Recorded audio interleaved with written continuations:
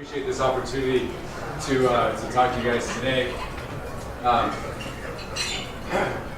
know some of you have heard about what we've done on Project Neon. We're going to talk a little bit about that and about some of the other projects that we've been working on since then. A little more background.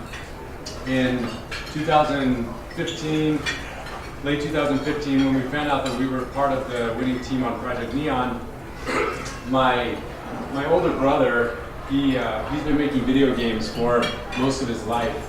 And there was a firm here in town, a company in town called Petroglyph Studios. And they were basically the only company that made video games in Las Vegas. And right at that same time in late 2015 when we got Project Neon, Petroglyph Studios basically went out of business and let everyone off. So suddenly there was this influx of talent for video game artists and programmers, and part of the vision that I had for 3D visualization all along was to make it interactive, make it more like video games. And so that Project Neon was an opportunity to take some of these guys that were out of work for a while, including my brother. That was a bucket list thing. I got to hire my older brother and be his boss for a little bit. And so we hired these guys for a period of time and developed Project Neon into this interactive application that we could also do the image and video renders, which were required as part of the contract. And that set the stage for the future of what we've done, which is a lot of visualization firms, they'll use a specific program like InfraWorks or Civil View for 3ds Max or SketchUp or Lumion, and they'll kind of just keep doing that same process. They'll take the files, they'll model them, they'll texture them, they'll create the video, and then move on to the next project. But because of our history of working with video game developers, our process is more like a video game studio that just works on transportation projects. And that's going to be important as I kind of talk about our process and the projects that we work, because each project we get, not only do we want to do it right and make our clients happy and fulfill the contract, but we also try and push the technology a little bit and add new features each time. We have an office here in Las Vegas now. We have several artists. We have a programmer. We have Wayne Sullivan, who's here with us today, Justin, one of the artists. Many of you guys have seen Wayne present or talked to him before. He was with Lewis Berger for many years. If I can find it.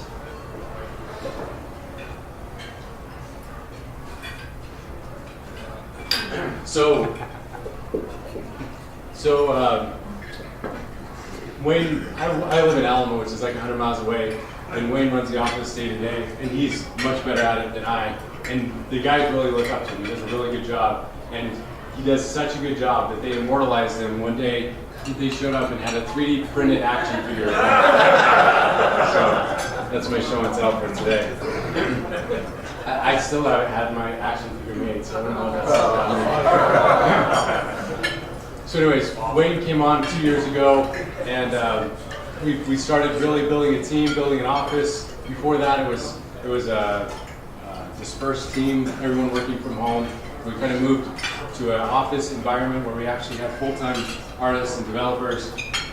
And credit to NDOT and others, many of the amazing engineering firms and agencies that we work with, because we've been able to work on a lot of projects and help build the company and build our process and our features along the way. So today I'm going to talk about kind of the way things were done in visualization, the way they're being done now, and possibly what the future could look like. And we're not the only ones doing visualization.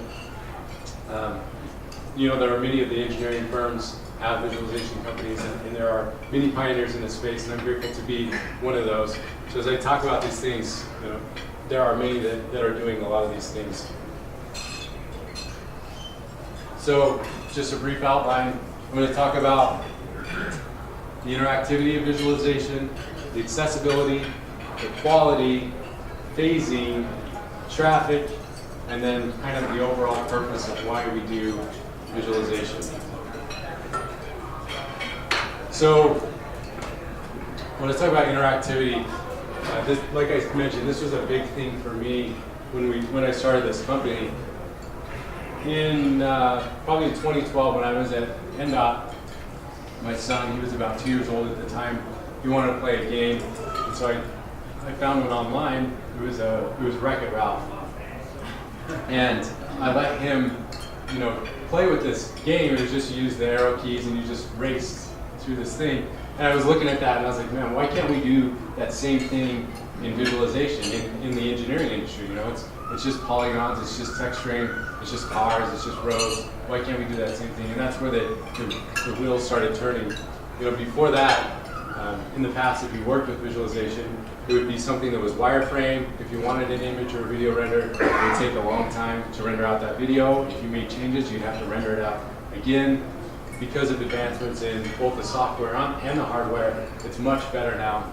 Now, if you've seen anything that we've done on Project Neon or others doing similar things, you can navigate it using a mouse and kind of move around the project. Maybe cars are moving, things look semi-realistic. That's kind of how things have started to be over the last couple of years. In the future, hopefully it will be more multi-touch, real-time navigation on any device with photorealistic graphics.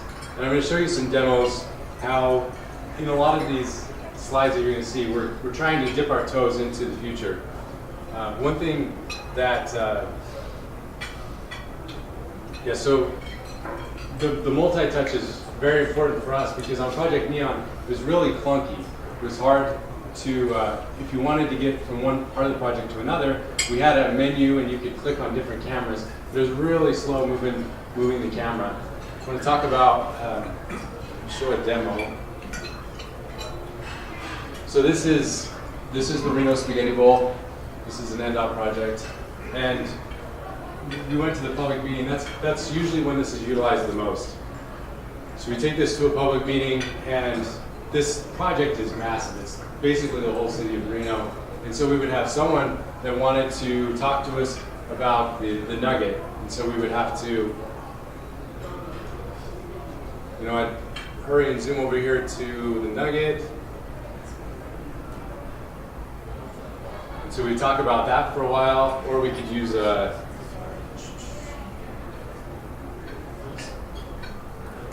we have some cameras set up that we could set up for that. And then someone would want to talk about downtown. And so we'd have to hurry and move the camera all the way across the city over to downtown.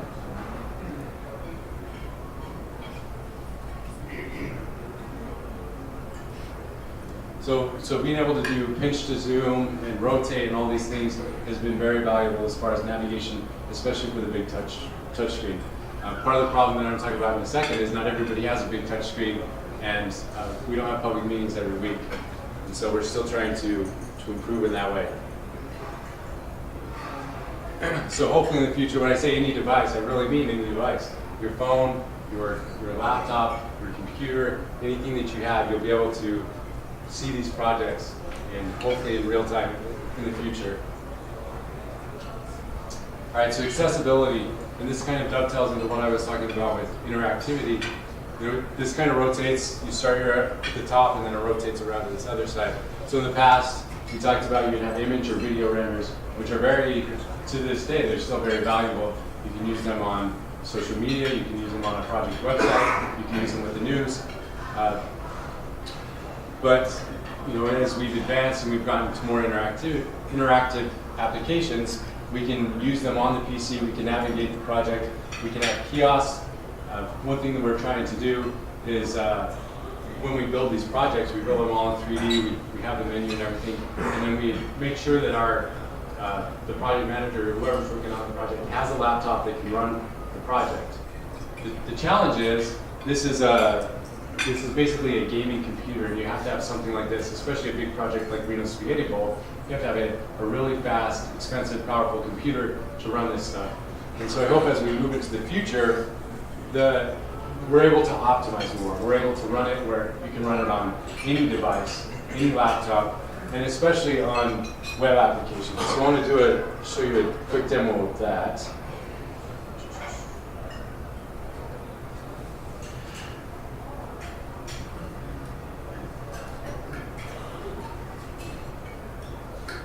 So this is a web application that we just built. It's still new, it's still under development, but we're going to continue to add features to it. But this is the only one I think I'm going to have to use the mouse for because it's built for a mouse. But you can look around. It's basically if you've seen Google Street View. So we get the project and then we render these 360 views, and then you can click and move around the project.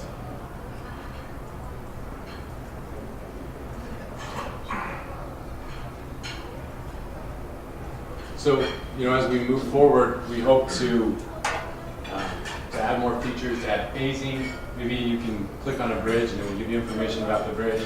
And this is an actual application that you can embed into the website so that all of the public can see it. Because we know a public meeting, they're very important, they're very valuable, but you're going to get 100 or 200 people if you're lucky. It's the website that's going to get thousands of views over time. It's Facebook, it's the news, and that's where this accessibility is really important. I've talked in the past about virtual reality, how we've done some demonstrations. That's a valuable way as well, especially for public meetings. And you can make it so that someone on their phone can also look around and have that same helicopter tour or driving experience through virtual reality. But as I mentioned, moving forward, something that we work on all the time is optimization. How can we make sure that this runs on more devices than just this expensive setup that I have here? This is it's probably more, but now we could get this set up for about $5,000. It weighs about 300 pounds. I spent half an hour setting it up. I hope in 5 years, this is just a panel that we carry around and it's all built into the technology. Something that I can take on an airplane, something that I can carry around in a backpack. Because right now, I've lugged this thing around a lot. I'm a lot stronger than I was. All right, so quality. In the past, if you saw visualization back in the 90s, in early 2000s, you would see the roadway that had been modeled by the engineers. You might have some shapes of buildings, but maybe there wasn't a lot of context. The texturing may or may not have been there. Nowadays, we're adding buildings, trees, terrain, and again, this is as the technology and the hardware continues to improve. We're able to show more terrain because we can show more polygons. We're able to show more trees because we have more powerful computers. And the texturing as well. And that's something that, as we hire artists that have been trained in these things, they're able to find more realistic asphalt and concrete textures. I want to give a demonstration here in a second, but in the future, I hope that it will be, the buildings, there will be a lot of them and there'll be high detail. That's a lot of times when you're working with a project and you're doing public outreach, which is essentially what this is, the biggest stakeholders are often the businesses, right along the corridor. I see Jeff right here. Jeff knows what I'm talking about. Jeff LaRue. So that the businesses come in, and if you show them this project, and you got the striping right, you got the signs right, you got all this stuff right, but the building looks kind of shoddy, it's gonna start your meeting off the wrong way. And so we've tried to do better with our own buildings, and in the future, as this progresses, they'll be more realistic. And something that I hope, what I look to as a standard is a lot of the latest video games. If you look at the AAA titles that come out, Red Dead Redemption 2, I don't know if there are gamers out there. I don't play them, but I go on YouTube and watch them to see how they make them. And they just look so organic, look so real. And I hope that we can get away from the straight, hard lines that we use as engineers and blend more into something more natural. Especially, we show a lot of existing conditions, and we want to show that kind of the way it is. So I'm going to do another demonstration here. This is the Boulder City Parkway project that we've recently just wrapped up. And this one was important, like I was talking about, the stakeholders, the biggest stakeholders on this project were all the businesses along the corridor. I'm sure most of you know this area, and these businesses have just been kind of had a shellacking with the I-11 because now all the traffic is going around them. And so now Boulder City says, hey, we're going to improve this. We're going to improve your thing. And they're like, oh, we just had a drop in business because not as many people come through. They already have a bad relationship with engineers, with the agency. And so now they're coming and trying to sell this other project, which is up to a year of construction, and it's going to change access for some of them. And so we work with them to develop this. But one thing that we did is we went out in the field and we took pictures of every single business and every single sign, and then we actually just put the pictures right on the 3D model so that we can make it as realistic as possible. You can see,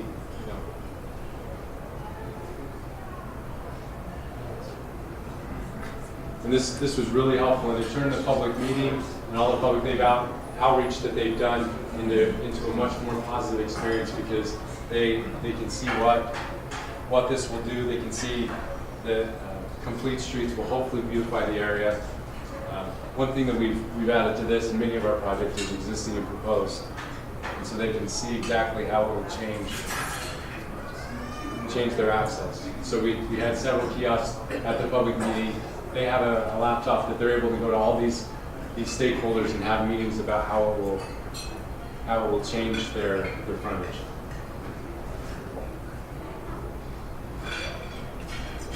I hope to wrap up with enough time that if anyone else has questions and wants to come play with this afterwards, you'll be able to play this up for a little bit. All right, so phasing. Phasing is something that we've found to be very effective, because when you're showing a project, people know it the way it is today, and then you're trying to communicate the way it's going to be, but to show that contrast is very valuable.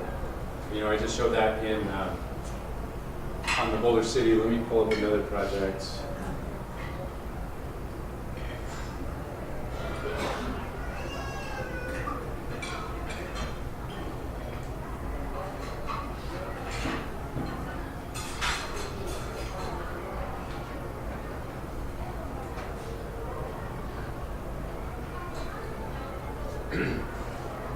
This is a project we just did a public meeting last week for.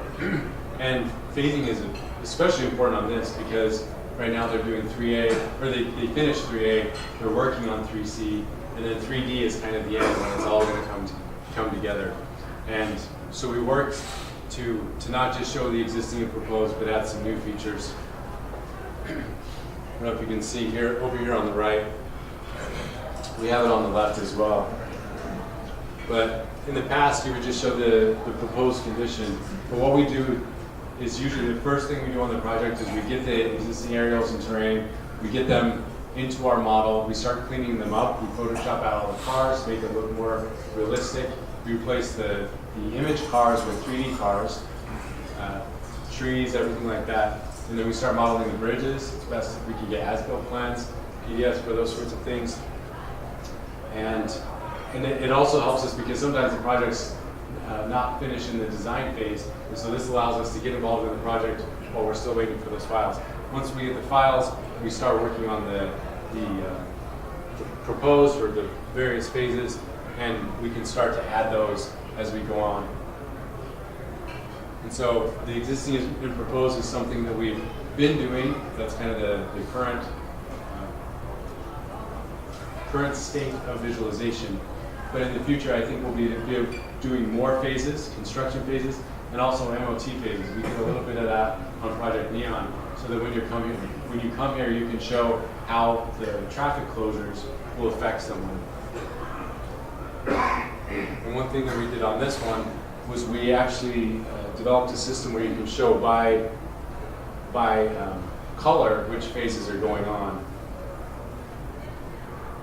So these colors match up with the marketing materials that HDR has been using over the years, and they're able to show those phases. And one thing that you can do for many of these applications is you can render out an image or video, whatever you're seeing. And so if you want to show something specific, you can get the camera there, you can render it with or without the flashy colors. So hopefully phasing will continue to be a bigger part of visualization moving forward. All right, so traffic. This is the one that I think I'm going to spend the most time on, because I think there's the most potential, the most untapped potential in traffic. So I go to a lot of conferences, I meet with a lot of people, and the first thing they ask when they see these things is they see, is that Vissim traffic? And that's the first thing that they say. So if I go back to this project,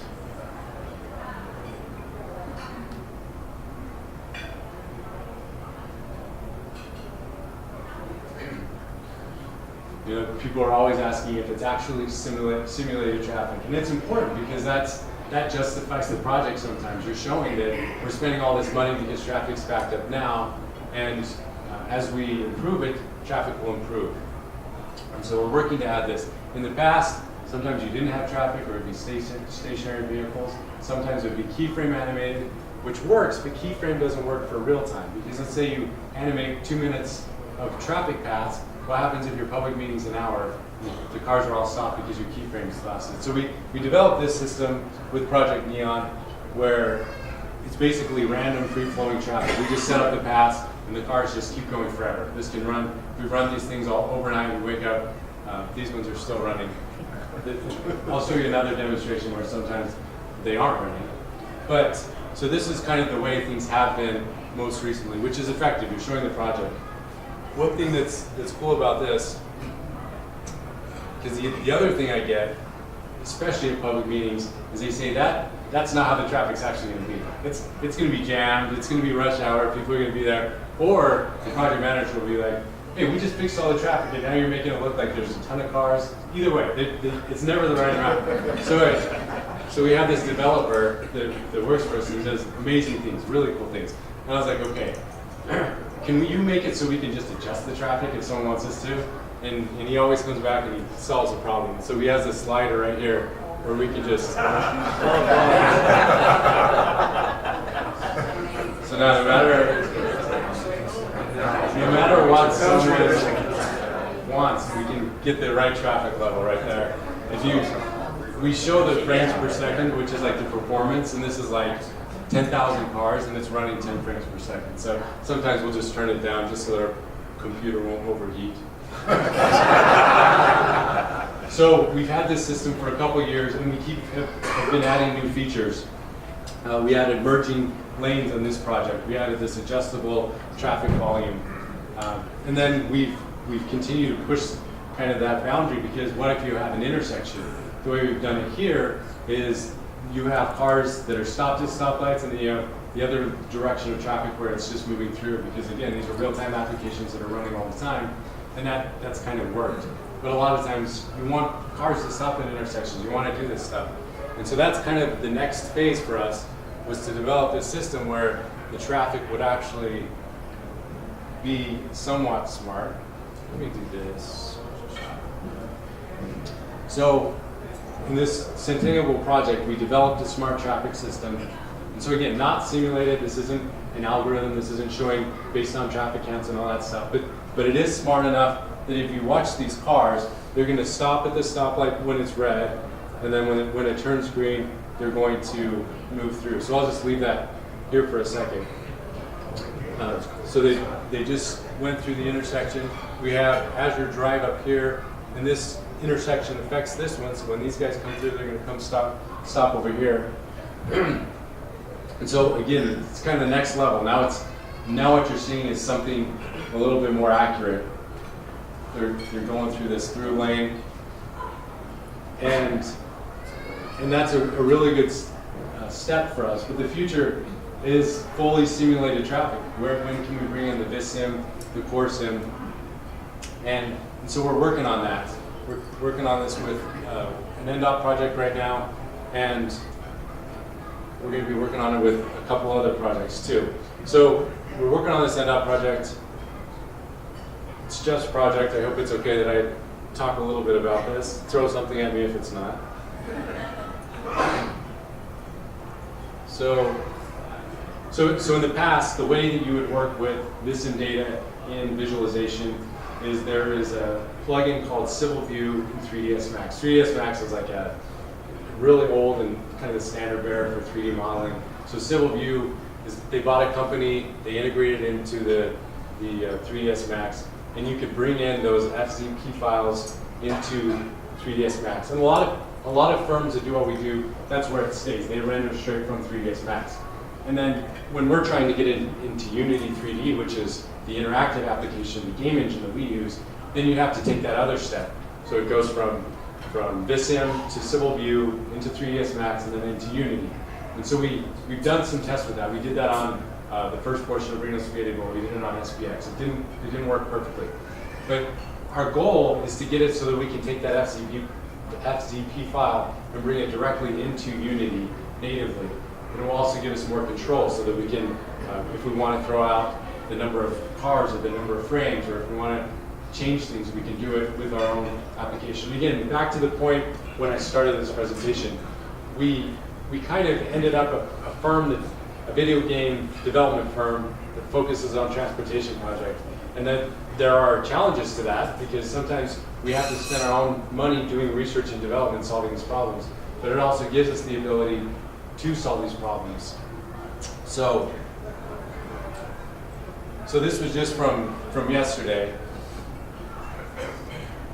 So this is the Tropicana project. This is existing traffic, and so what we're doing is we take that FZP file. It's just a bunch of data for each car. It shows their position every 10th of a second, and so we take that, we parse it, we bring it into Unity, and away we go. So we're not there yet. We're still, these dots will represent actual cars here pretty soon.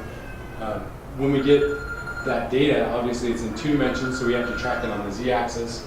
So there's basically, I guess we could say 4 challenges. 1 is getting the data in. 2 is geolocating the data so that it matches our 3D model. 3 is the z-axis. And then 4th is having these actually represent cars. I mean, what if you have 2 cars, as far as Vissim's interested, but then we have 2 trucks in our model, or a car and a truck, and then they'll run through each other. So you have to think about these sorts of problems, the vehicle length, the z-axis, all these things. And so by next week or the week after, we'll have this. But this is really important, because when you're working with the public and you're talking about this multi-million, under $200 million project, showing them, hey, look, right now, this is the metering that you guys deal with every day on your way home from traffic, and then you switch it to that propose button, and suddenly it's moving much more smoothly. And it's not just our funny graphics and visuals. It's actually simulated traffic. It's the best we know how, based on traffic counts, based on traffic engineers. Then it's a really powerful way to show why the project is needed.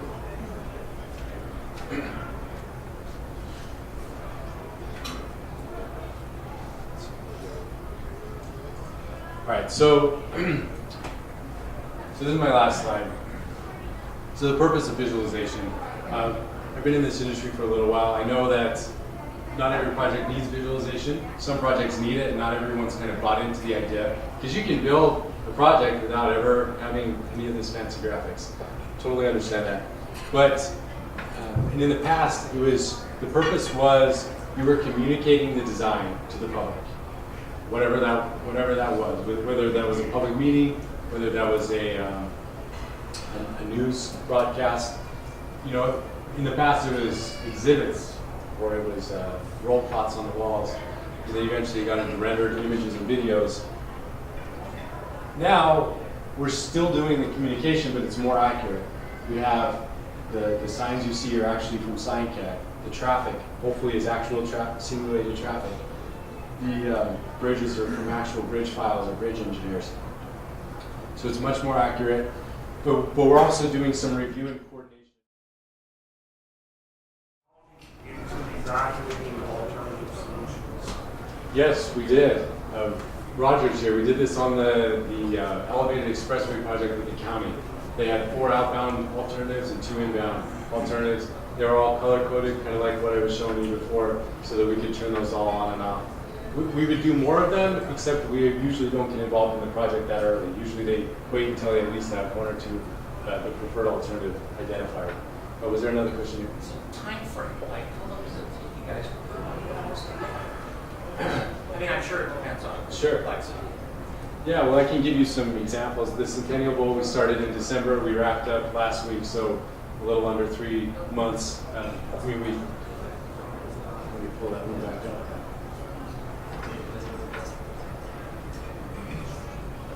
So Reno Spaghetti Bowl, on and off for over a year.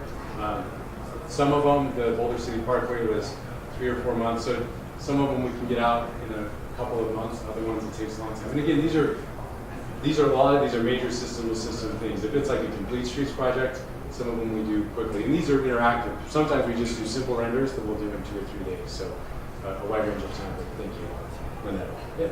I also didn't, if you guys want some really good Girl Scout cookies, also right here. I think they're a little better when we buy them from her, so I just wanted to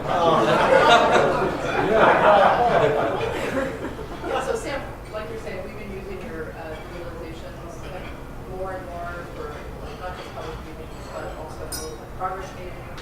In some cases, define design flaws. It's been really, really useful. And like I was saying at the table, public works projects are notorious for all kinds of different things. One of those is utility projects. Do you guys go underground at all? Are you doing any underground mapping or city mapping of that? Yes, well, we definitely can. So if you didn't hear her question, she's saying NDOT has been using these more and more for the review like we were talking about, but do we do subsurface visualization? The first one that I ever did, I don't know if you ever saw it, but it was for Nick Johnson when I was at NDOT, and it was the Centennial Bowl. The bridge piers were in conflict with the Kern River gas line. That was the famous 3B that got tossed out. And so I did an underground. I put the camera underneath the ground, and it was very rudimentary. And so, yes, definitely. And I want to show one thing if I can. So, like I said, the Centennial Bowl we were just doing last week, when I was a rotating engineer, and I was just cutting my teeth on this stuff. I'm not a trained artist. These guys, they actually know what they're doing. I don't. And so this was like 7 years ago, and I was just messing around with things, and I did some simple visualization for Centennial Bowl.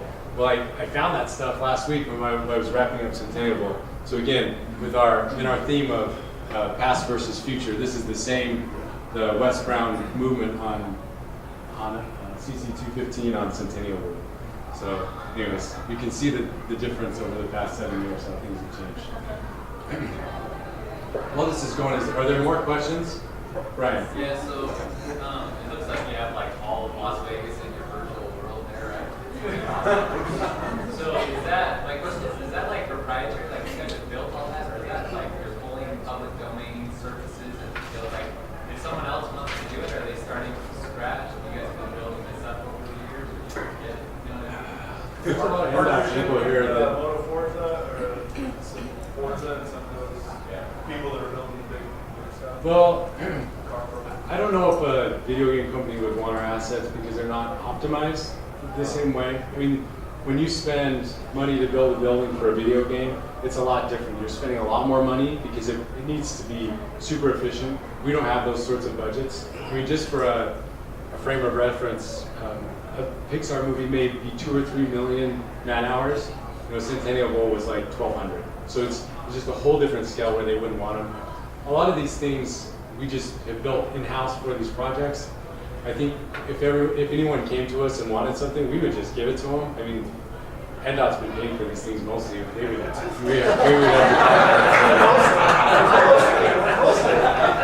So, yeah, if anyone wanted us, we would probably share them, but we build most of them ourselves. Any other questions? Yeah. Is your tool able to calibrate the traffic? What's that? Calibrate the traffic. Does it calibrate the traffic? I'm not sure what that means. I'm not a traffic engineer. So you can just put volumes of traffic at different histories and does it just make it look like as in real time? It doesn't, no. And I'm glad you brought that up. So he's saying, does it calibrate the traffic? So is it doing kind of what Vissim or Synchro or those things, does it do that? It doesn't, but I showed the smart traffic where we have the traffic signals and the cars moving through, slowing down, speeding up. Our developer, he's new out of UNLV, he's computer science background, and he figured that stuff all on himself. He's never taken a traffic engineering class. But my goal would be that someday we can have the same level of accuracy in our own algorithm. So when we place the cars in the lanes, it's not taking Vissim stuff, it's just putting accurate traffic based on traffic counts and all that stuff right into it. So again, back to the future, that's where I hope we are definitely not right now. Jeff. Did you say Tropicana is going to be done next week?